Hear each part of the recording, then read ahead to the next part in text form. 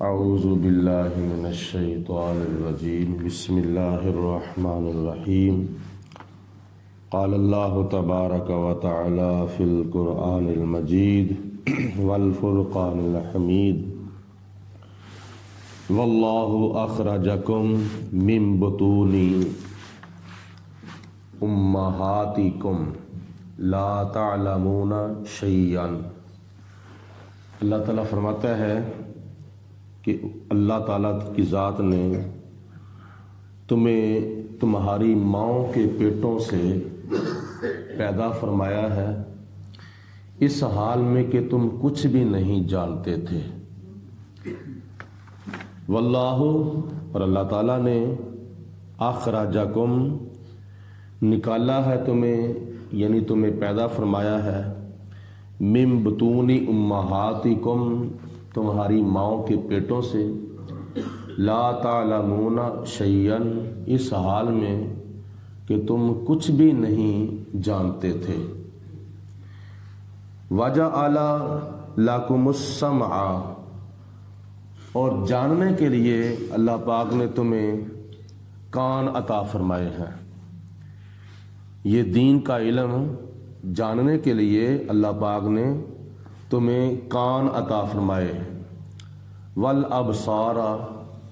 اور تمہیں آنکھیں عطا فرمائی ہیں، والافئدہ، اور تمہیں دل عطا فرمائے ہیں، لعلکم تشکرون تاکہ تم اللہ تعالیٰ کا شکر ادا کرو۔ یعنی ان کانوں کے ذریعے، آنکھوں کے ذریعے، دل کے ذریعے دین کا علم تمہیں حاصل ہو جائے تو پھر خدا کا شکر ادا کرو کہ یا اللہ تیرا شکر ہے، تو نے ہمیں دین کی باتیں سننے کا موقع عطا فرمایا ہے۔ حضور علیہ الصلوۃ والسلام نے حدیث پاک میں ارشاد فرمایا ہے کہ تم سے ہو سکے تو تم عالم دین بن جاؤ۔ اگر عالم دین تم نہیں بن سکے تو تم طالب علم بن جاؤ۔ اگر طالب علم بھی تم نہیں بن سکے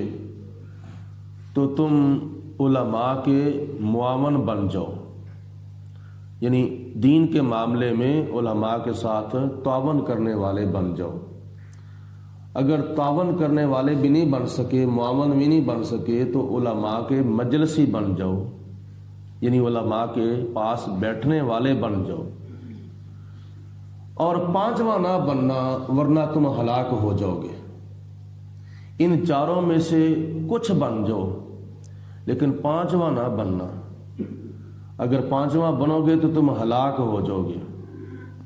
کیونکہ جب بندہ کو پانچویں صورت اختیار کرے گا تو پھر وہ علماء کے خلاف ہو جائے گا، یا وہ طلباء کے خلاف ہوگا، یا علماء کے ساتھ تعاون کرنے والوں کے خلاف ہوگا، یا وہ علماء کے مجلسیوں کے خلاف ہوگا۔ تو اللہ تعالیٰ کے پیارے حبیب علیہ الصلوۃ والسلام نے کتنی فائدے کی بات بیان فرمائی ہے کہ جو دنیا کے اندر بھی کامیابی کا سبب بنتی ہے اور قبر و حشر میں بھی کامیابی کا سبب بنتی ہے۔ تو ان چار صورتوں میں سے آخری صورت جو ہے، آخری حالت، وہ ہے علماء کے ساتھ پیار کرنے والے، محبت کرنے والے اور پاس بیٹھنے والے بن جاؤ۔ تو یہ بڑا سنہری موقع ہے۔ جب عالم دین کو بات کرے گا تو اللہ کے قرآن کی کرے گا، حضور علیہ الصلوۃ والسلام کے فرمان کی کرے گا۔ جب دین کی بات سننے کا موقع نصیب ہو جائے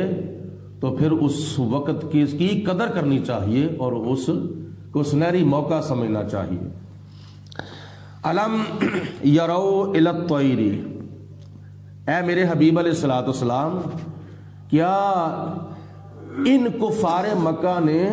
پرندوں کی طرف نہیں دیکھا؟ یہ پرندوں کی طرف نہیں دیکھتے؟